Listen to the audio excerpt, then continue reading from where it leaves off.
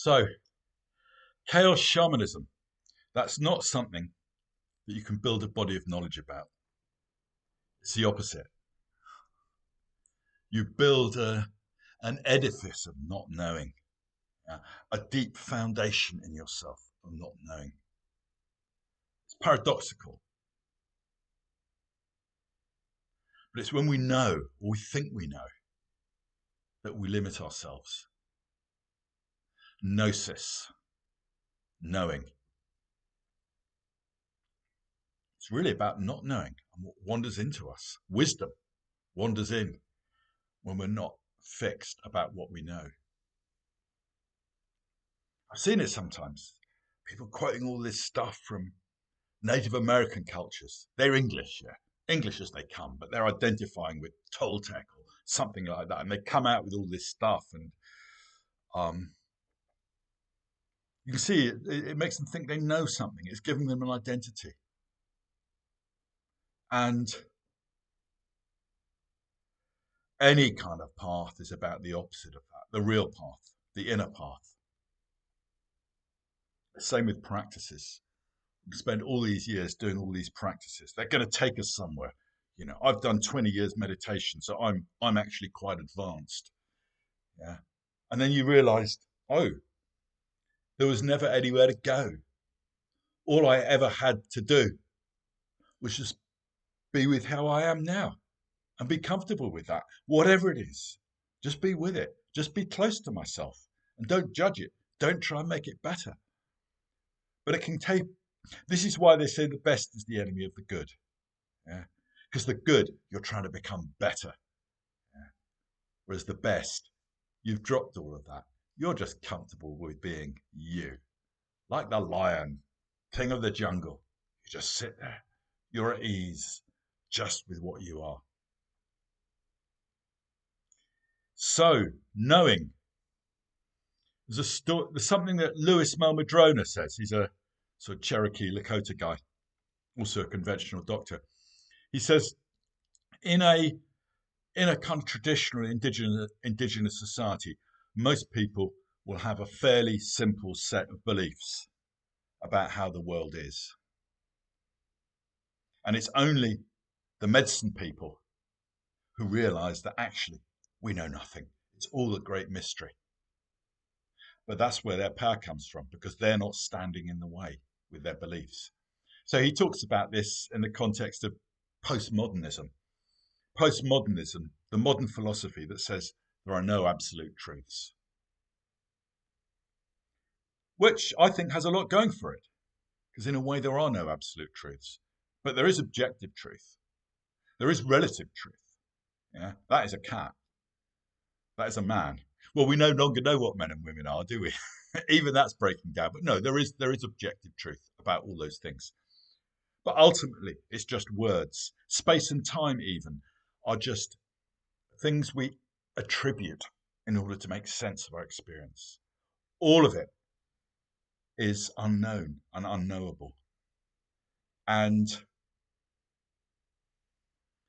so postmodernism fits very well with being a kind of medicine person or some kind of healer in that sort of way, because you are doing this dance in the sort of flow of uncertainty.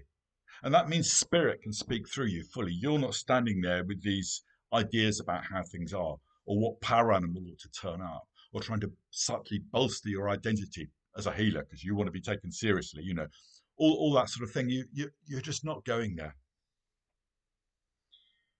And so it's perennial. What I took from that is it's perennial. It's not like indigenous people were somehow magical and spiritual and we're the ones who've lost it all. It's like, well, yeah, there are things they have to do with belonging to the natural world and respecting it.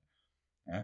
But ordinary humanity functions just the same amongst indigenous people as it does with us.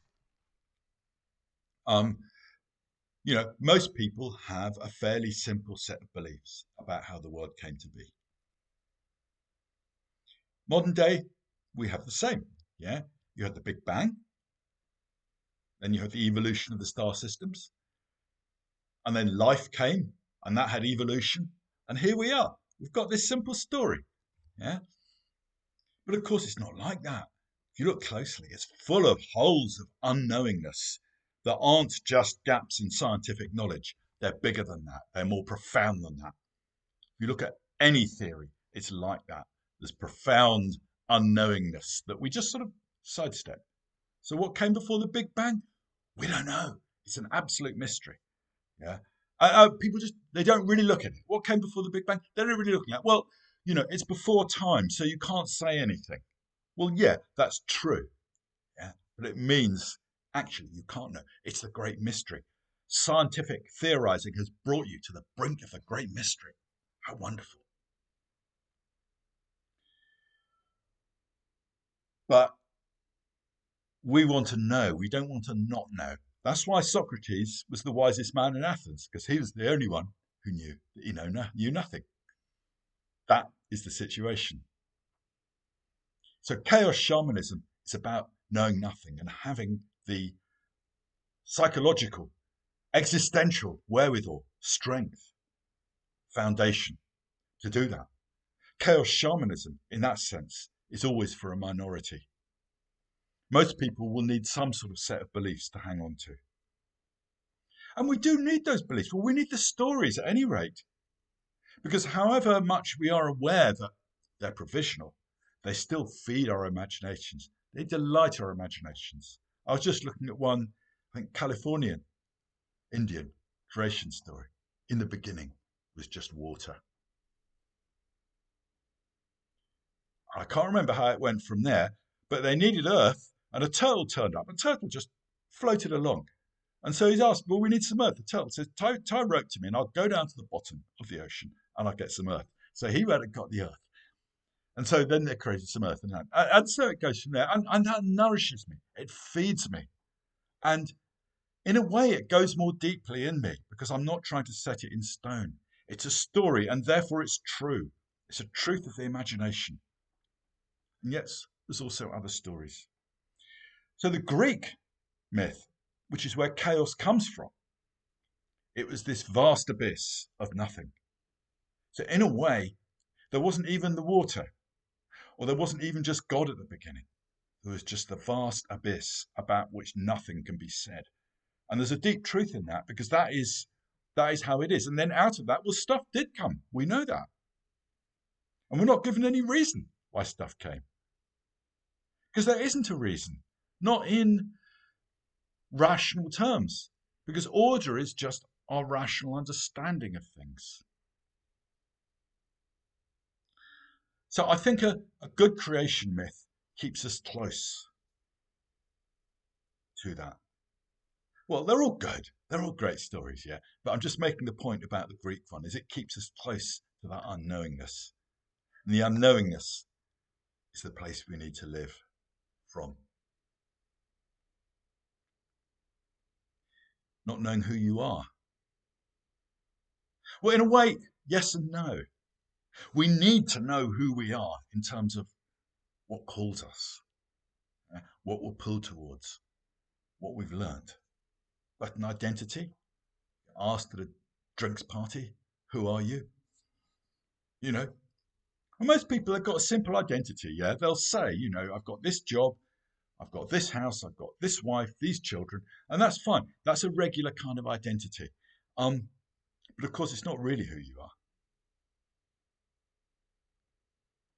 So when people kind of stress identity and how important it is to them, and you have to respect my identity, yeah, it's like, no, just get over it, yeah.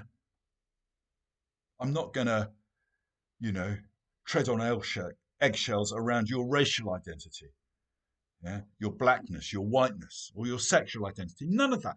It's not an identity because an identity, in that sense, is a member of a group. You're defining yourself by your group membership. And we're so much more than that. Of course, we belong to certain cultures, and it's important to recognize where we belong. But beyond that, beneath that, actually, we have this profound, unknowable connection to everything. And that's where we need to live from. And our identity just gets in the way of that. So get over it.